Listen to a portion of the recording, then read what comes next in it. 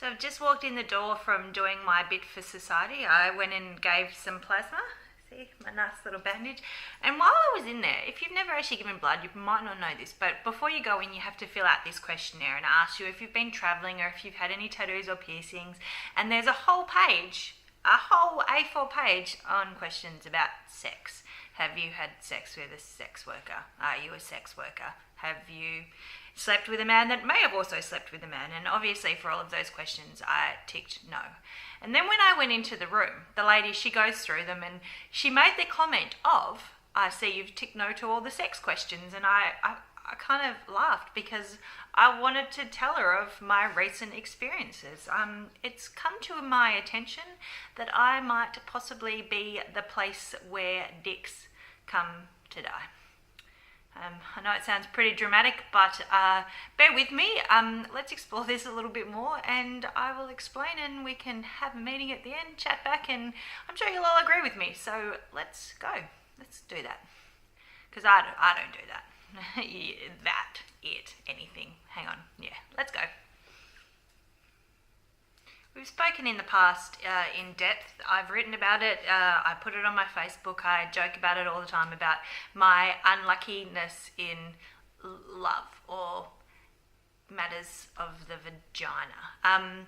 I went through a really long stint of not actually being able to get laid, and then I finally did get laid after, I think, 18 months. And then back to not being able to get laid, got into a relationship, didn't get laid. So yeah, in this whole time, my confidence has taken a bit of a hit, but since that breakup of that relationship, which I spoke a little bit about in my Horcrux video, I have decided that I need to get back on the horse. I don't like horses, but you know what I mean. Anyway, so I thought it was time to get back on to something. So anyway, 2 guys in the space of 2 weeks. How long have I been on holidays? A couple of weeks. 2 encounters, and neither of them could perform. I tried my hardest, but they just weren't really up to the task, I guess, and that it gets you thinking. Obviously, it's pretty bad for them. One of them, I knew the reason, and I don't actually count him in the numbers that I'm going to go into later, but the other one, and when you speak to anyone, they say it's not your problem, it's something to do with them. And most of the time I agree with that. But then when you look at the statistics in specific relation to me, you kind of have to start wondering if that's actually the truth. So lost my virginity when I was nearly 18, had a number of conquests since then, and I can probably... maybe across the time, there's maybe been 7 or 8 guys that haven't been able to perform the task. And this isn't including the ones that were on drugs or were drunk. So this is just, they saw me and they were so repulsed that they couldn't rise to the occasion. So I don't know what that is. So this is why I think I am the place where dicks come to die. And they all get upset and they're like, oh, this has never happened before. And I actually genuinely believe them because I can see the upsetness in their face. So it's kind of got me questioning what's actually wrong with me. I was speaking to a friend recently and he said that maybe the reason that this happens is because I'm intimidating. It's not like I go up to them and growl at it, or...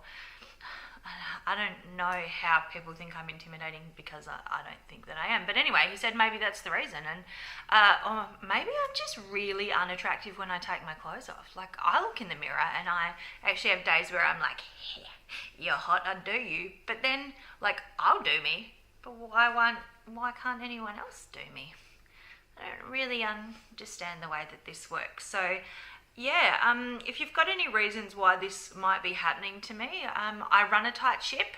I do all of the beautiful modifications, and I wear lingerie, and I smell nice, and I just don't really get it. So, yeah, if you've got any guys in your life and you're sick of them sending you the D, and it's always ready to go, send them my way, and I'll break them for you, and you can have them back. Look, I don't even need a charge. I won't even charge you, just... put me down on your resume as the the dick killer. I actually might put that in my resume if I ever go for another job. So it's weird. That's quite a large number, and there was a spate of 5 of them in a row. They just, I don't know. There must have been something in the water, or I don't know. But yeah, like at the end of the day, it doesn't really matter. If you are entertaining someone and this does happen, don't make a big deal out of it. I made a big deal out of one of them, but that's because we're good friends and it was pretty fucking hilarious and we're still kind of joking about it. But don't make a big deal out of it because they feel shitty and you can go and feel shitty in your own time. But it's to me, sex is never actually about the sex. It's about getting to the point and feeling comfortable with someone, and maybe a little bit of foreplay and maybe a little bit of cuddling if you're lucky, because I don't really like cuddling. But just don't make a big deal out of it. It isn't a big deal. I just laugh and I think it's funny because now I'm finally back on the horse. This happens. So I wanted to share it with you. Like me, sexual predator, apparently, this can happen. It can happen to any of us. So yeah, that's why I think I am the place that dicks go to die. Let me know your thoughts. Yep. But hey, I think we need to start looking at this as a positive. So like for that 2 years and then that 7 months and then whatever the time was, I couldn't even get close to a dick. But now I got close to 2 of them. And like, yeah, neither of them worked, but I feel that we're getting closer to the goal of me actually being able to see one and touch one and have it work for me. So all about the silver lining. Like it's about like taking those little steps forward and chipping away at the end goal, and soon it will be mine. Kind of reminds me of that Borat when that scene in the movie where his sister's like, you will never get this, you will never get this. And then one day she got that. That's going to be me. I'm going to be that one day. She got that. So yeah, keep your fingers crossed. We'll see how we go. So with love and flaccidity, Miss K. Just as an afterthought, how good does my hair look? I can honestly tell you it doesn't look this good off camera. It's I haven't washed it in a week and I curled it yesterday and it looked real good last night and I thought I looked like a haggard old bitch, but it actually turned out alright. But then I put this lip gloss on and it's plumping and it was burning, and I only put makeup on to record this video. So anyone that doesn't know me in real life, I don't look like this normally. So but you can think that I do, because yeah. And also, if you've got the opportunity, go and give blood. I know that a lot of you can't because of traveling or piercings or tattoos, but if you are in a position where you can, definitely go and do it. 1 donation can save 3 lives. I do it whenever I can. It's hard being a shift worker. I can't go to work if I've done it. So I'm on holidays at the moment, and that's why I have gone and done it. It's an hour and a half of your time, and at the end of it you get snacks, and we all love snacks. I got some snacks. I took some snacks with me. I got some biscuits and some pretzels. So yeah, get onto that.